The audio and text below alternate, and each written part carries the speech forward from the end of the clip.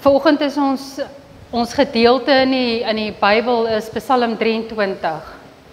So almal ken Psalm 23. Daar's nie iemand dink ek wat dit nie ken nie. Selfs kinders ken dit uit hulle koppe uit. So vandag gaan ons 'n bietjie kyk na Psalm 23. Ek gaan vir ons lees 'n Psalm van Dawid. Die Here is my herder. Niks sal my ontbreek nie. Hy laat my neerlê in groen weivelde. Na waters waar rus is, lei hy my heen. Hy verkoop my siel. Hy lei my in die spore van geregtigheid om sy naam ontwil. Al gaan ek ook in 'n dal van doodskaduwee, ek sal geen onheil vrees nie, want U is met my. U stok en U staf, die vertroos my. U berei die tafel voor my aangesig, teenoor my teestanders. U maak my hoof vet met olie, my beker loop oor.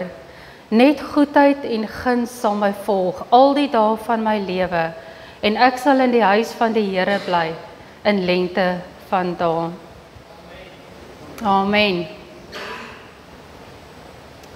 Dit is 'n baie kort psalm. Hierdie psalm het net 6 verse, maar dit is 'n kragtige psalm. Hierdie psalm begin deur te sê,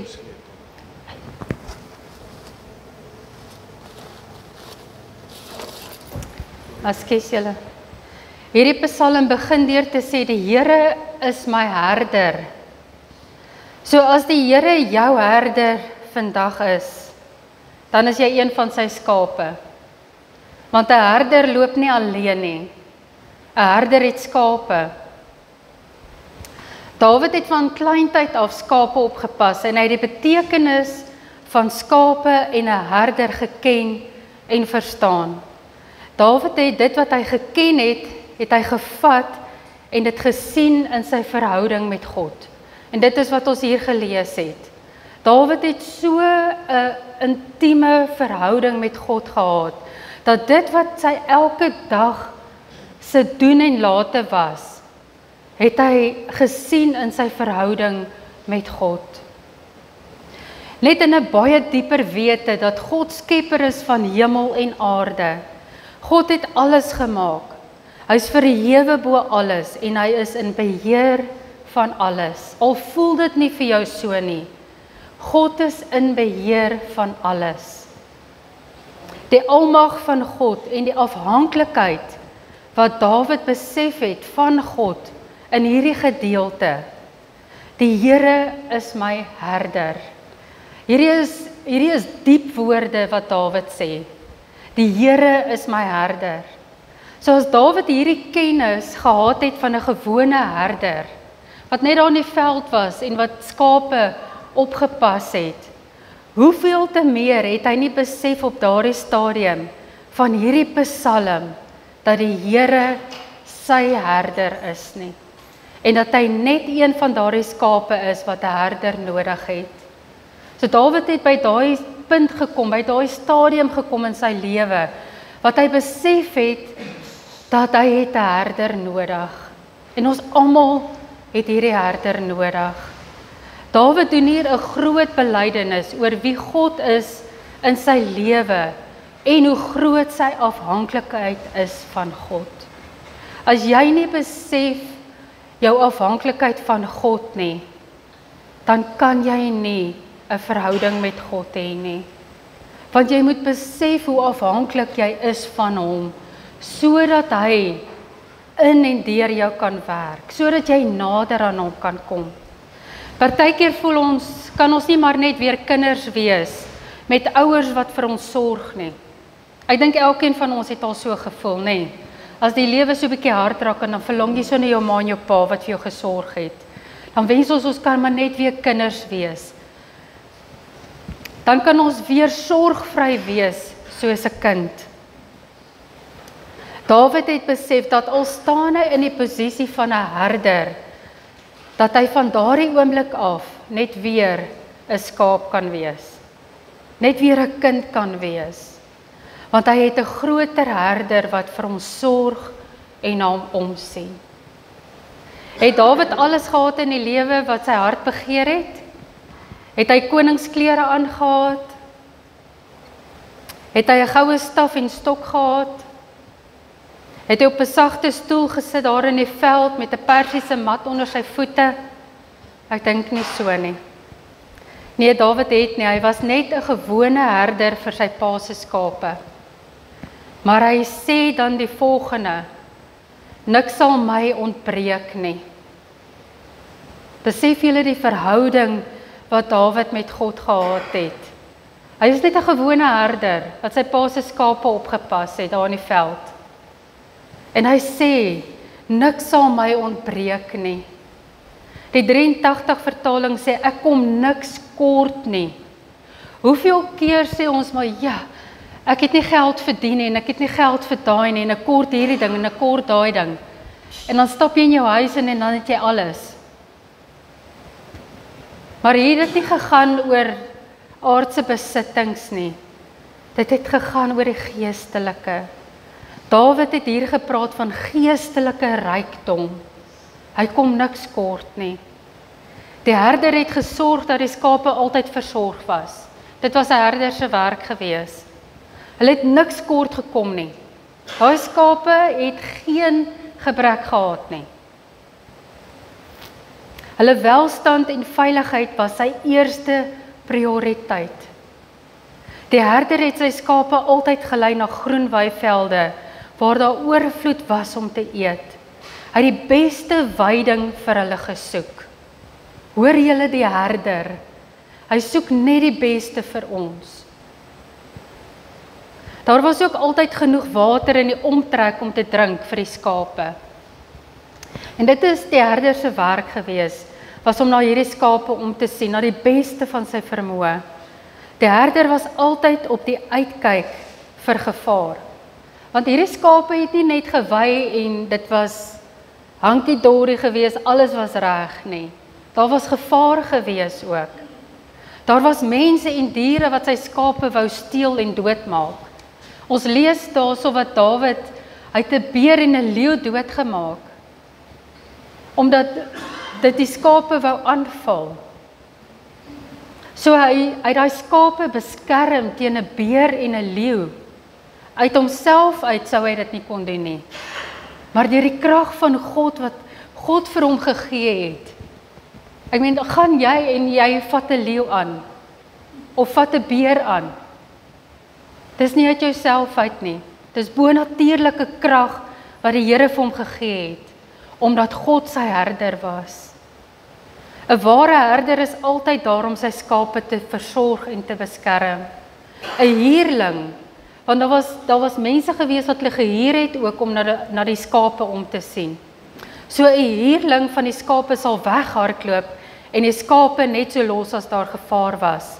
Maar 'n ware herder sal bly en veg vir sy skape. As 'n skaap seer gekry het, het die herder dit versorg. As 'n skaap afgedwaal het, het die herder daardie skaap gaan soek. Ons lees ook in die woord in, los die 99 en gaan soek daai verlore een. En dis wat die Here doen met ons. Hy los die 99 wat daar is, wat versorg is en wat veilig is. En hy gaan soek daai een wat afgedwaal het en hy bring hom terug. As dit donker geword het, het die herder gesorg dat die skape altyd in 'n veilige plek sou wees vir die nag, weg van roofdiere en diewe. Die herder sou in die wintertye 'n groot rotsskuiling uitsoek waarin hy die skape kon lei vir die nag, en daar sou hy 'n groot vuur gemaak het sodat die skape warm kon slaap. Toe ons daar in Israel was, het ons so in 'n groot grot ingegaan. Dit was 'n massiewe grot gewees. En jy kon nog sien die swart aan die rotswand hierbo. Kon jy sien daai groot swart waar die vuur gebrand het. En het is nog vandag daarso daai merk. Dit het nie weggegaan nie. So die herders het die skape daarin gejaag in die wintertye. En dan het hulle daar vuur gemaak in daai rotsskuiling in. En daar was hulle veilig gewees saam met die skape. En die skape kon warm slaap en hulle kon ook warm slaap in wintertye. Die skape het niks kort gekom wat hulle nodig gehad het nie. Dawid trek weer eens die versorging van sy skape deur na sy verhouding met God. Dawid het besef in sy verhouding met God dat hy niks kort gekom het nie. Die God van hemel en aarde het in al sy behoeftes voorsien. Is dit vandag ook so vir jou? Dat jy niks kort kom nie? As jy kyk na Israel se landskap, dan is daar nie dik groen gras waarop jy kan gaan lê en uitstrek en 'n lekker middagslaapie vat nie. Daar's nie strome water wat kibbel en sagte musiek in jou ore maak nie. Daar is nie lowergroen koeltebome waaronder jy kan gaan sit nie. Israel het eintlik 'n harde landskap, want dit is meeste woestyn en vlaktes en rotsgebiede en berge. Die herder moes baie keer ver loop om goeie weiding te kry vir sy skape en waar daar water is.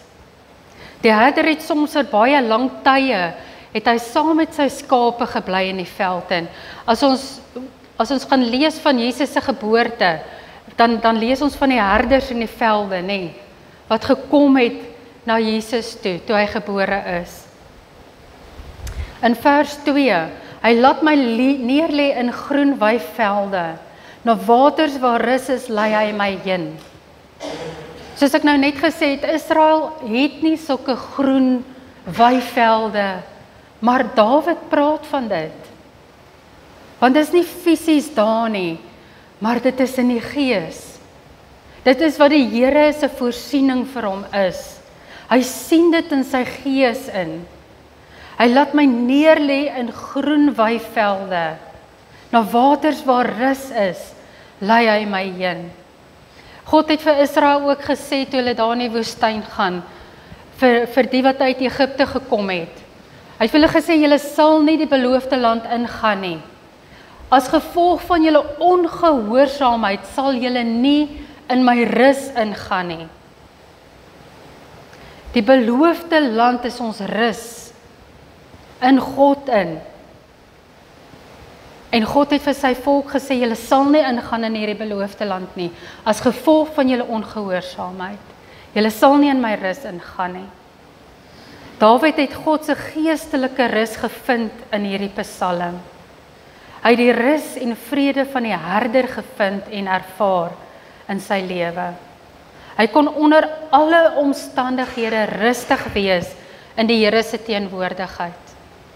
Kan jy vandag sê, jy is rustig en jy het vrede in alle omstandighede in die Here? Hy kon onder alle omstandighede God se vrede ervaar.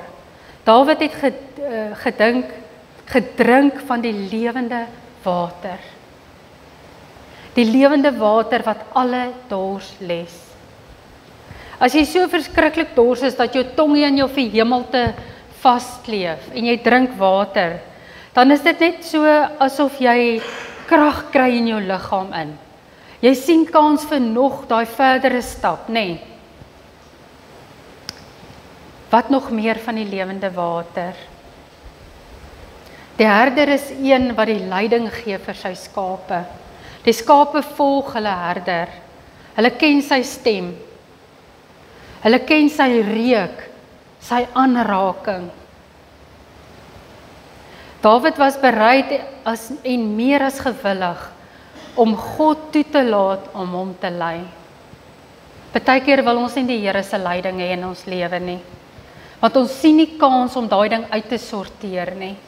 So ons wil nie hê die herder moet ons lei nie.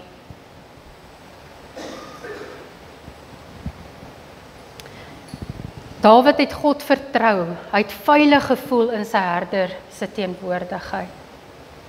As ons met vakansie gaan, dan dink ons die vakansie gaan ons moegheid en ons sielsmoeg wegvat. Maar meeste van die tyd dan kom ons terug en dan sê ons, ja, ek het alweer 'n vakansie nodig. So wat het daai vakansie vir jou gedoen? Wat het dit vir jou beteken? Want jy kom nog moer terug as wat jy gegaan het. Net die herder kan dit doen. Net hy kan jou sielsmoegheid kom verkoop. Dawid sê in vers 3, hy verkoop my siel.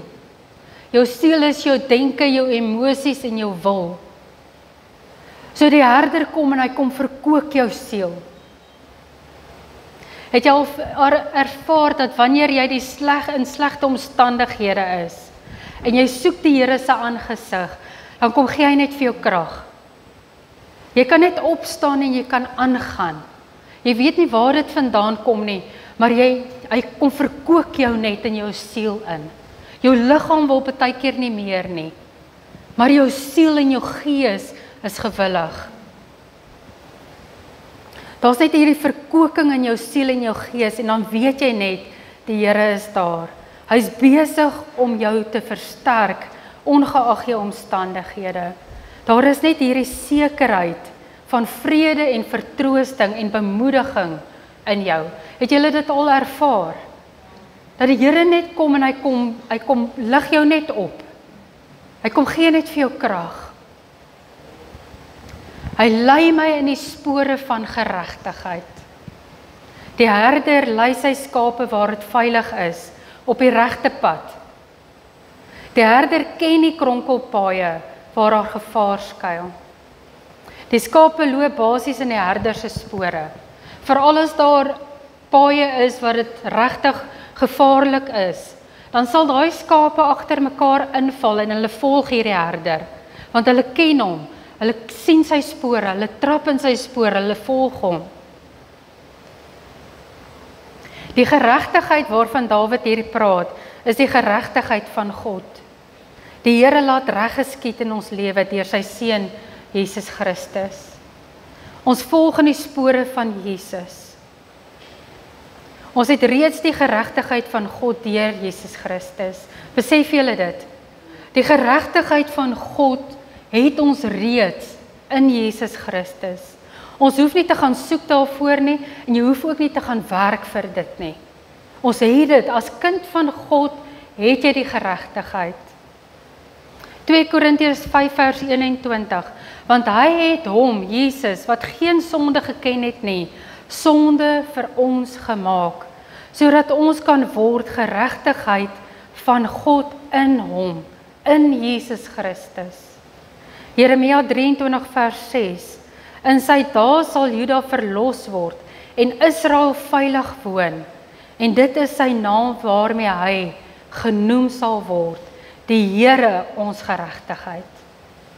Dit is wie God is, hy is ons geregtigheid. 1 Korintiërs 1 vers 30, maar deur hom is julle in Christus Jesus, wat vir ons geword het wysheid uit God, en geregtigheid en heiligmaking en verlossing. Dan sê Dawid verder om sy naam ontwil. Dit gaan nie oor ons naam nie, maar dit gaan oor God se naam. God se wil, dat God se naam verhewe sal word bo alles. Die roem kom ons nie toe nie, maar vir God. Dit het God die Vader behaag om sy eniggebore seun te gee, sodat daar vir ons geregtigheid en regverdigheid kon geskied. Uit onsself sal en kan ons dit nie doen nie. Daar's nie 'n manier nie. Daar's geen redding uit onsself uit nie, alleen deur Jesus Christus. Ons dink ons kan totdat ons by daai punt kom wat jy besef dat jy die herder nodig het. En ons almal is in die wêreld gewees. Ons almal het die verkeerde pad gestap. Maar daar moet 'n tyd in jou lewe kom en 'n plek in jou lewe kom wat jy die herder aanneem. As daar nie so tyd en plek kom nie, en ek beloof jou, die Here gee vir elkeen 'n kans. Hy gaan niemand verby nie. Jy kry 'n kans. Dit is net of jou hart hard is en of hy sag is. Wat 'n keuse gaan jy maak? Dawid sê verder, al gaan ek ook in 'n dal van doodskade weer, ek sal geen onheil vrees nie, want U is met my. U stok en U staf die vertroos my. Die doodskade weer is glad nie vir die herder 'n probleem nie. Die herder word nie onkant gevang in die doodskaduwee nie. Want die herder was self deur die doodskaduwee gewees. En ons lees dit met die kruisiging van Jesus. Ander herders sal omdraai en weghardloop en die skape net daar los, maar nie die herder van die lewe nie. In die doodskaduwee is die skape intens bewus van die herder se teenwoordigheid. Die skape weet die herder is daar. Dit is 'n tasbare teenwoordigheid. Die skape weet dat die stok en die staf hulle vertroosting is in hierdie doodskaduwee. Die stok en die staf is daar om die skape te beskerm en om hulle te leer om die regte pad te volg en die stem van die herder te leer.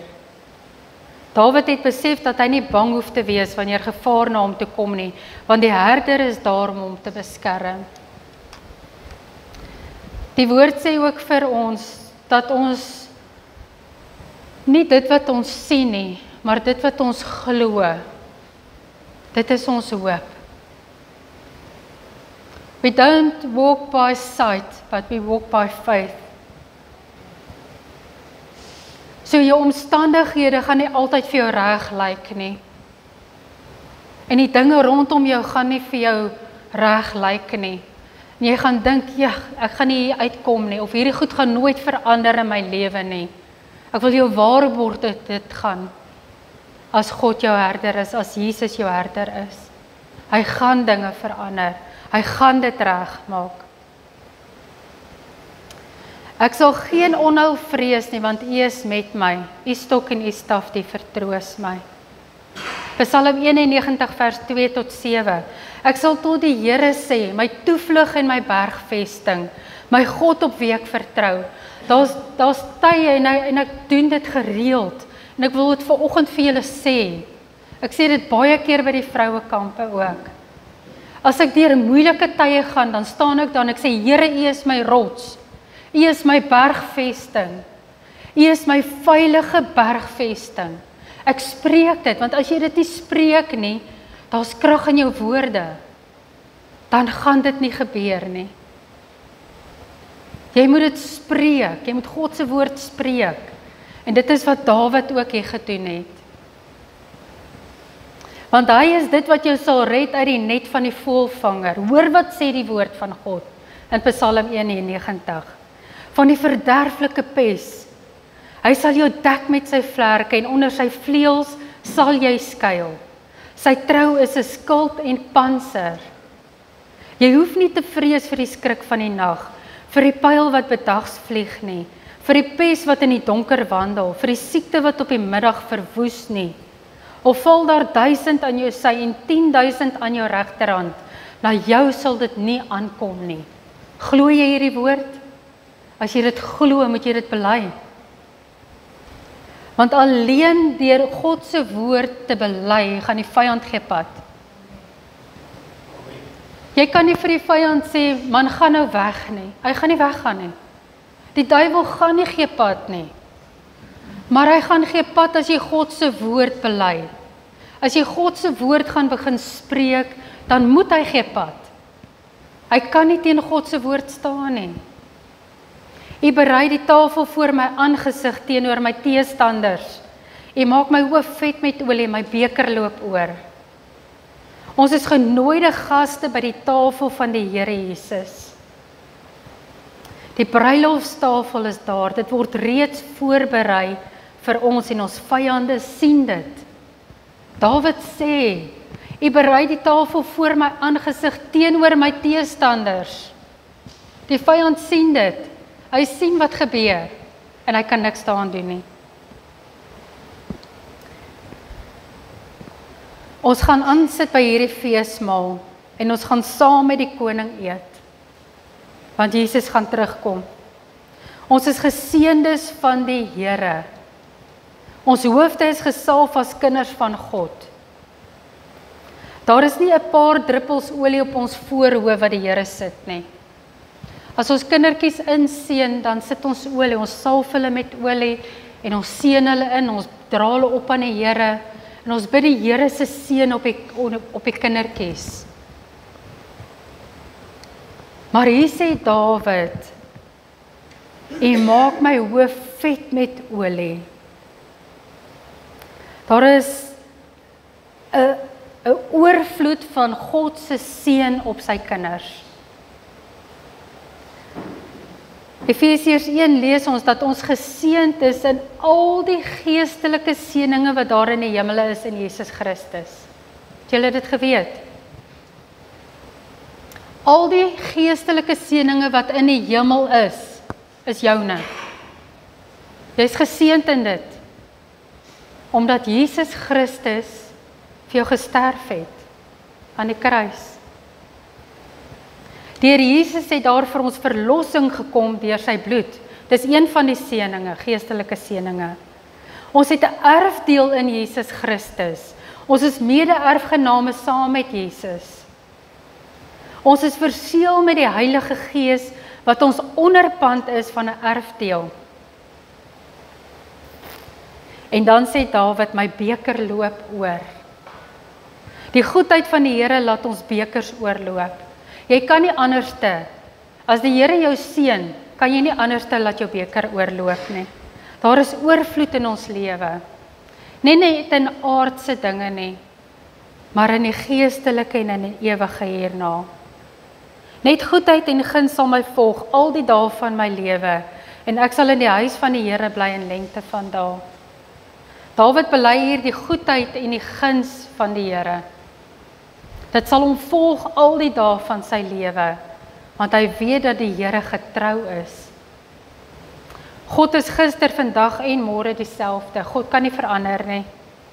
Dawid weet dat sy tuiste by die Here is. Daar is geen ander woonplek vir hom buite om by die Here te wees nie, en om in sy teenwoordigheid te wees nie. Paulus sê in Filippense 1 dat om te lewe is Christus en om te sterwe is 'n wins. Weet jy wat se verhouding moes Paulus gehad het om dit te gesê het? Om te lewe is Christus en om te sterwe is 'n wins. Ek sluit af. Die Here is my herder, niks sal my ontbreek nie. Hy laat my neerlê in groen weivelde. Na waters waar daar rus is, lei hy my heen. Hy verkoop my siel. Hy lei my in die spore van geregtigheid om sy naam ontwil. Al gaan ek deur 'n dal van doodskade wee, ek sal geen onheil vrees nie, want die Here is met my, sy stok en sy staf die vertroos my. Hy berei 'n tafel voor my aangesig teenoor my teestanders. Hy maak my hoof vet met olie, my beker loop oor. Net goedheid en guns sal my volg al die dae van my lewe, en ek sal woon in die huis van die Here tot in lengte van dae. Amen. Kom ons sluit die oë. Aba Vader, so baie dankie Here vir U seun Jesus Christus. Dankie Here Jesus dat U ons herder is. Dankie dat U na ons omsien. Here, dankie dat U vir ons sorg. Dankie Here dat U ons skuilplek is. Dankie dat U ons rotsvesting is. Here, dankie dat U ons fondasie is, dat U ons deel is. Here, alles wat ons nodig het, dit het ons in U. En Vader, ons sê dankie daarvoor. Here, dankie vir al die geestelike seëninge wat ons het in U seun Jesus Christus. Vader, dit gaan nie oor hierdie wêreld en hierdie wêreldse dinge nie, want ons weet, Here, hierdie is tydelik. Maar as ons ons oë toemaak, Here, dan is ons by U. Dan maak ons oë by U oop. As ons U seun Jesus Christus aangeneem het, as ons verlosser en saligmaker, Vader, as ons rug op die sonde gedraai het, Here, dan gaan ons U sien eendag in heerlikheid en nie in die doodskade weer meer nie. Here, dankie daarvoor. Vader, ek kom bid dat U met ons sal wees in hierdie dag verder. Here, stuur asseblief U engele saam met ons. Maak vir ons die pad gelyk in hierdie dag, Vader. En Here, aan U kom toe al die lof en al die seën. Mag U naam verheerlik word. Is ons gebed in Jesus naam. Amen. Amen. Dankie julle.